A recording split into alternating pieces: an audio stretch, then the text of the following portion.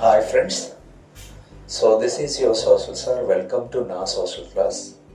Friends, ఈరోజు నుంచి అంటే డిసెంబర్ 1 సో డైలీ ఒక వీడియో అనేది పోస్ట్ చేయడం జరుగుతుంది.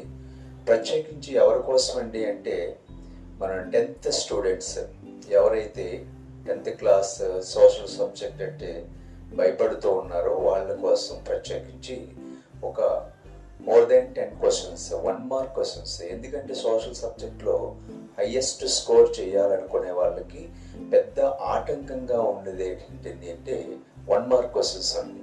సో ఆ భయం అనేది మీరు వదిలేవచ్చు. సో ఫ్రెండ్స్, ఈ వీడియో మీకు నచ్చినట్లయితే మీ బంధువులకి అలాగే ఎవరైతే 10th క్లాస్ పబ్లిక్ ఎగ్జామ్కి అపీర్ అవుతున్నారో వాళ్ళకి దయచేసి షేర్ చేయండి. Okay, right. మనం ఇప్పుడు టాపిక్లోకి వెళ్ళబోతున్నాం. So the first topic from the geography part is resources and development, వనరులు అభివృద్ధి. ఫ్రెండ్స్, ఇది నేను బోత్ లాంగ్వేజెస్లో వాడటం అనేది జరుగుతుంది. ఎందుకంటే అటు తెలుగు మీడియం ఇటు ఇంగ్లీష్ మీడియం పిల్లలకి కూడా యూజ్ అవుతుంది కాబట్టి.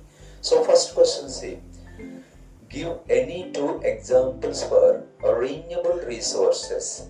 Renewable resources examples అడిగారు ఇక్కడ. ఫస్ట్ క్వశ్చన్, ఏవైనా 2 ఉదాహరణలు రెన్యూబుల్. ఇక్కడ resources can be divided 2 types అని చెప్తాం. Main renewable resources and non renewable resources.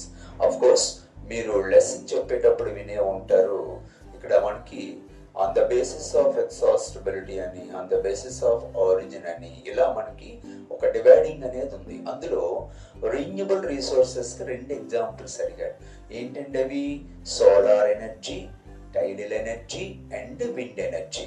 So ఇక్కడ రెన్యూబుల్ రీసోర్సెస్ అంటే ఏంటండి అంటే ఎంత వాడినా తరగనివి అనమాట. అంటే అయిపోవవి, ఇట్స్ నాట్ కంప్లీటెడ్. ఓకే అండి, అవి మనకి నేచర్ నుంచి వస్తాయి. అంటే సహజ వనరులు, న్యాచురల్ రీసోర్సెస్ అని చెప్పేసి కూడా పిలుస్తాం. వాటిని రెన్యూబుల్ రీసోర్సెస్ అని అంటాం.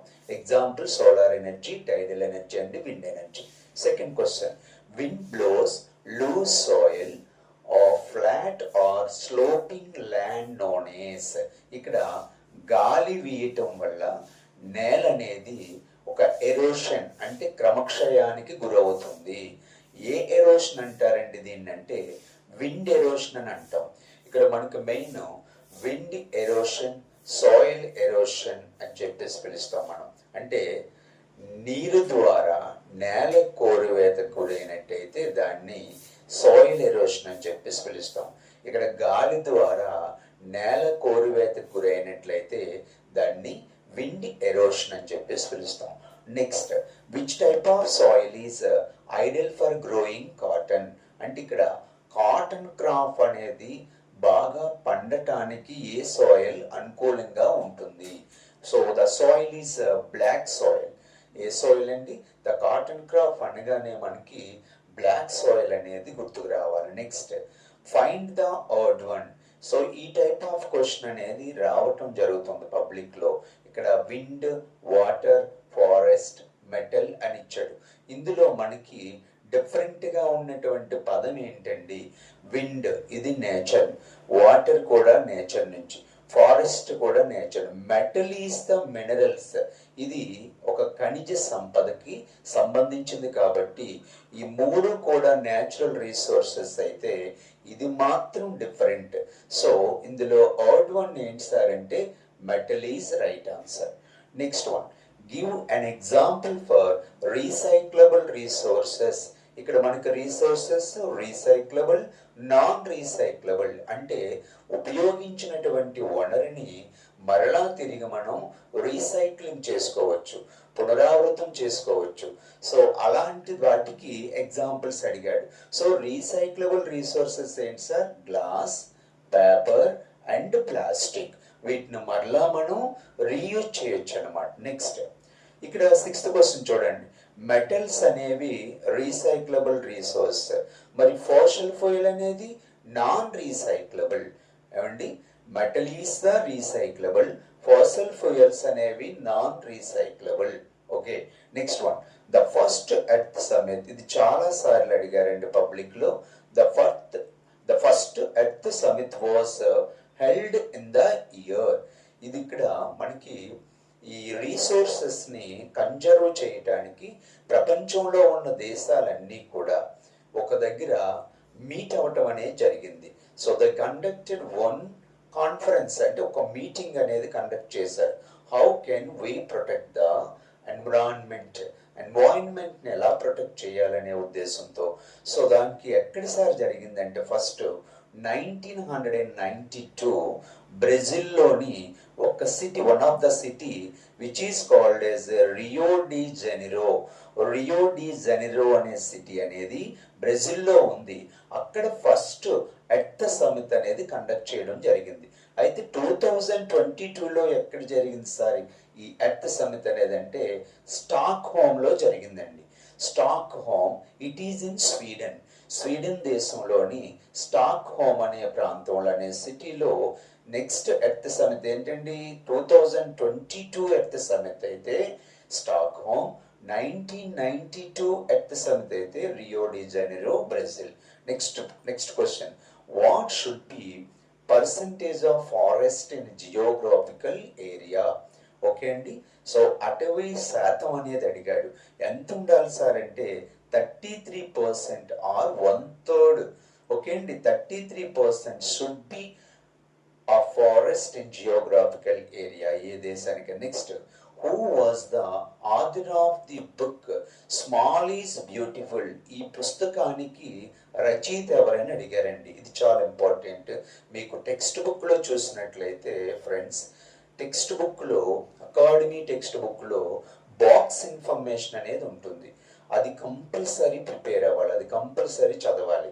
సో దాంట్లో నుంచి ఇక్కడ షూమేకర్ అనే వ్యక్తి కోసం చాలా ఇన్ఫర్మేషన్ అనేది ఇవ్వటం జరిగింది. So small is beautiful, this book written by EF Schumacher. EF Schumacher అనే వ్యక్తి స్మాల్ ఈజ్ బ్యూటిఫుల్ అనే బుక్ అనేది రాశారు. It is related to the resources. Next one, what is the total geographical area of India?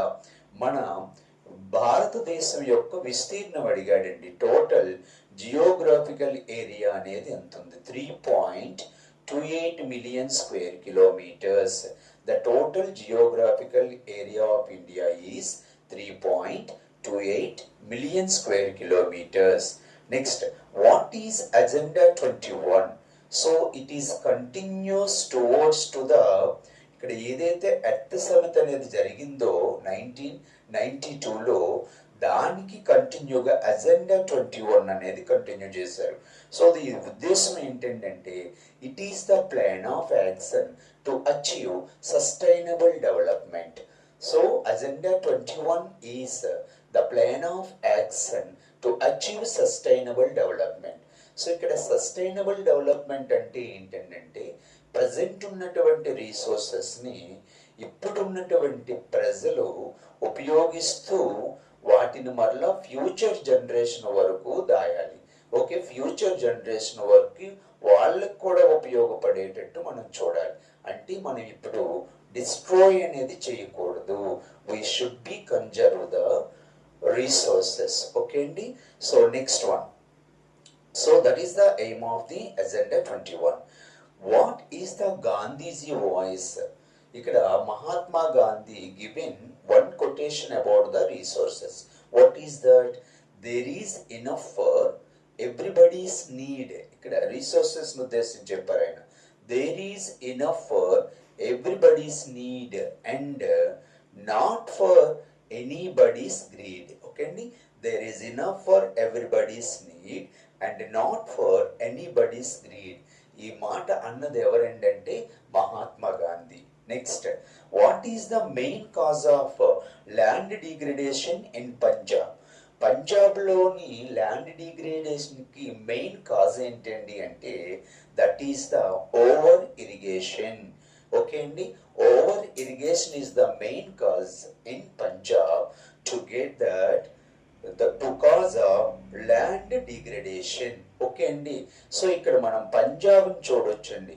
పంజాబ్లో land డిగ్రేడేషన్కి కారణం ఏంటి sir అంటే, main cause ఏంటి సార్ అంటే సో దిస్ ఈజ్ పంజాబ్, ఇక్కడ ఉంటుంది పంజాబ్. సో ఈ పంజాబ్లో ల్యాండ్ డిగ్రేడేషన్కి మెయిన్ కాజ్ ఏంటి సార్ అంటే over irrigation. So friends, these are the main and important 1 mark questions from the resources and development. So friends, మీరు ఈ వీడియో విన్న తర్వాత ఇంకా మీకు ఆ ఫస్ట్ లెసన్ లేదంటే నేను చేయబోయినటువంటి వీడియోస్లో ఏదైనా డౌట్స్ ఉన్నట్టయితే మీకు you need to want to get the 2 marks questions, 4 marks, 8 marks, please comment చేయండి, లైక్ చేయండి, కామెంట్ చేయండి అండ్ ఛానల్ని సబ్స్క్రైబ్ చేసుకోండి. Okay, thank you so much.